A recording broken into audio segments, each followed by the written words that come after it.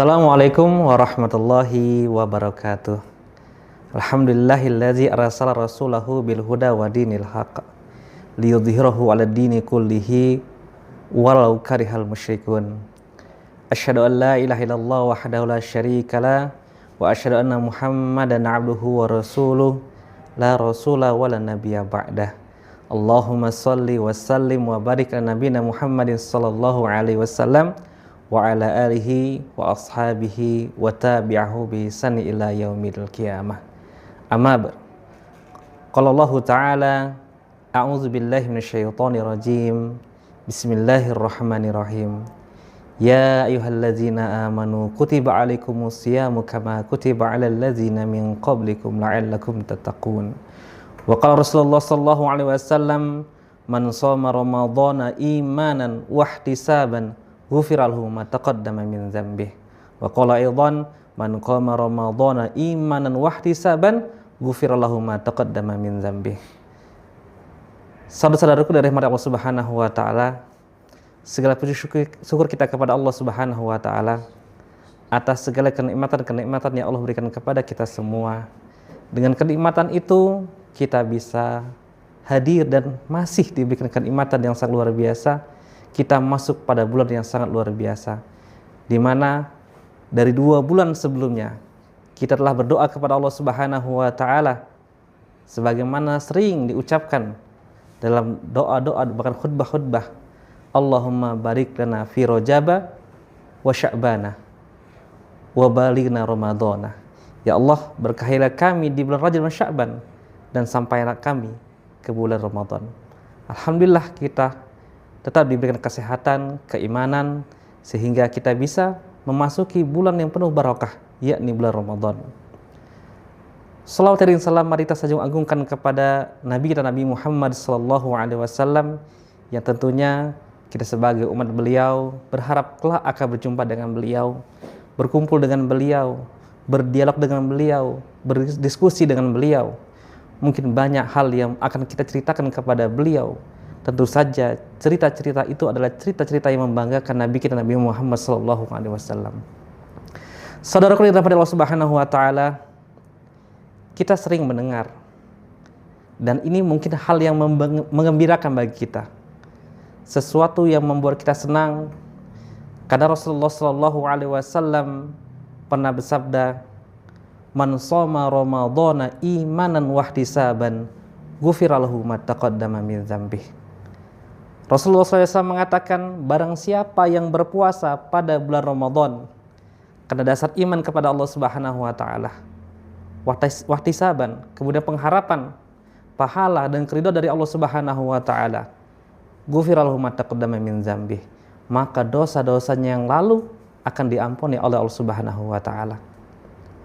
Di hadis lain yang mirip teksnya, Rasulullah SAW juga bersabda, man qama ramadhana, barang siapa orang yang sholat malam di bulan Ramadan, imanan wahtisaban, didasari karena iman kita kepada Allah Subhanahu wa taala dan pengharapan atas ridho dan pahala dari Allah Subhanahu wa taala, ghufira lahu ma taqaddama min dzambihi, maka akan diampuni dosa-dosanya yang telah lalu. Jikalau kita membaca ayat atau hadis ini, tentu saja kita senang. Namun perlu diketahui, dalam satu kaidah dikatakan ad-dalilul 'am, dalil yang umum, yabqa fi umumihi, dia akan tetap pada keumumannya, malam yurad, selama tidak ada ad-dalil, dalil yukhassisuhu, yang khususnya. Artinya sebenarnya 2 dalil yang saya bacakan tadi adalah dalil yang bersifatnya umum, bahwasanya puasa itu bisa menghapuskan dosa-dosa yang lalu, itu adalah dalil yang bersifatnya umum. Maka ulama biasanya mencari dalil yang khusus. Jikalau ada, maka ini akan disampaikan kepada kita semua. Dan para ulama menemukan ada satu dalil yang mengkhususkan dalil sebelumnya, di mana Rasulullah SAW pada suatu hari ketika berkumpul dengan para sahabat, Rasulullah SAW memberikan pertanyaan, mengutarakan pertanyaan kepada para sahabat semua. Kata beliau, wahai sahabatku, atadruna mal muflis, apakah kalian tahu siapa itu orang-orang yang bangkrut? Maka andaikan kita di posisi para sahabat mendengar suatu pertanyaan seperti ini, apa kira-kira yang akan kita jawab? Maka para sahabat ketika mendengar pertanyaan dari Nabi Muhammad SAW, mereka mengatakan, muflisu fina, orang-orang yang bangkrut di tengah-tengah kami, di antara kami adalah la mata'a wala dirham lahu, orang yang tidak memiliki perhiasan dan tidak memiliki keuangan. Ini adalah jawaban yang simpel, karena kita mengetahui bahwasanya orang yang bangkrut biasanya berhubungan dengan bisnis, biasanya berhubungan dengan ekonomi. Maka para sahabat juga menjawab seperti itu. Tapi dengarkan bagaimana Rasulullah SAW menjawab.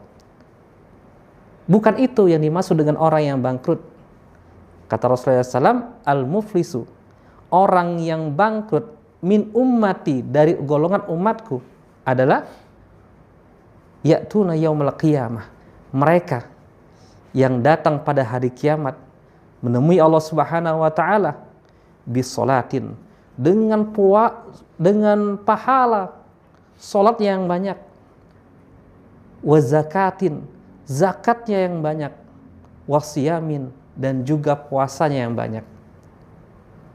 Ketika ditimbang ternyata pahalanya sangat banyak sekali, karena amal-amal ibadahnya sempurna, salatnya, zakatnya, puasanya itu sempurna. Sehingga tentu saja Allah Subhanahu wa taala akan memasukkan hamba tersebut ke dalam surganya Allah Subhanahu wa taala.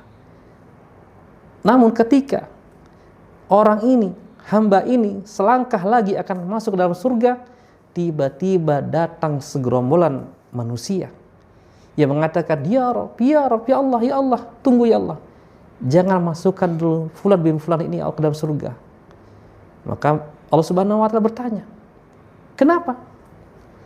Kata mereka, qad kadzaba hadza, ya Allah, dulu dia pernah memfitnah saya, maka saya tidak ridho ya Allah. Akhirnya tertundalah orang tersebut masuk ke dalam surga karena ada hisab berhubungan dengan saudaranya atau sesama manusia. Kelompok lain mengatakan, qad syatama hadza, ya Allah, dia pernah membuli saya, pernah menghina saya, pernah mencaci saya. Saya tidak ridho ya Allah, dan hari ini saya minta keadilan.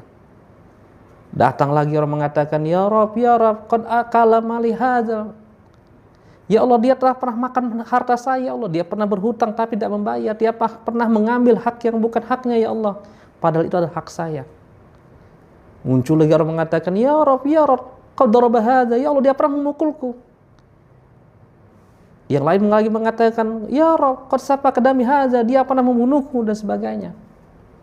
Maka kata Rasulullah SAW, ketika itu tidak ada lagi perhitungan maaf dan memaafkan.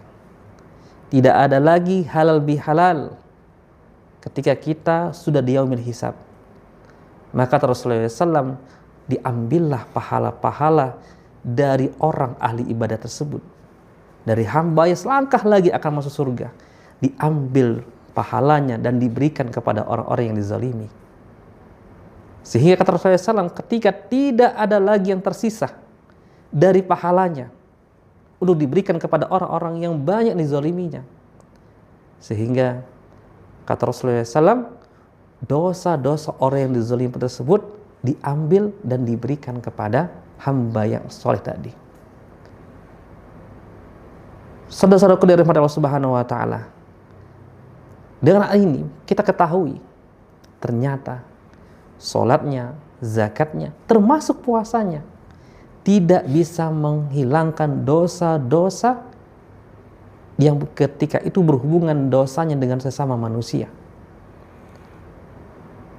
Dosa-dosanya dengan sesama manusia tidak bisa dihapuskan dengan puasanya. Maka dalam kesempatan yang mulia ini, Al-Fakir mengingatkan diri sendiri dan kepada saudara-saudara semua, agar kita sebelum masuk ke dalam Ramadan kemarin, atau mungkin sekarang sudah masuk dalam bulan Ramadan, tidak apa-apa, kita datangi saudara kita hubungi saudara kita, teman kita, kerabat kita, dan kita mohon maaf, mohon ampun kepada mereka. Agar apa? Jangan sampai pahala-pahala yang akan kita dapatkan ketika berpuasa akan sia-sia ketika berjumpa dengan Allah Subhanahu wa taala. Itulah orang-orang yang muflis. Artinya, jangan sampai kita bangga dengan pahala puasa kita, namun kita mengabaikan sikap kita, akhlak kita kepada saudara-saudara kita. Sehingga itu akan menjadikan kita orang-orang yang rugi, orang-orang yang bangkrut nanti di hari kiamat. Semoga Allah Subhanahu wa taala menguatkan kita semua di bulan yang mulia ini. Mari kita kosongkan hati kita, ikhlaskan hati kita untuk mau minta maaf kepada saudara kita, kepada teman kita, kerabat kita, siapapun itu yang pernah kita sakiti. Kita mohon maaf kepada mereka. Semoga Allah Subhanahu wa taala mengampuni kita semua. Billahi taufiq wal hidayah. Wassalamualaikum warahmatullahi wabarakatuh.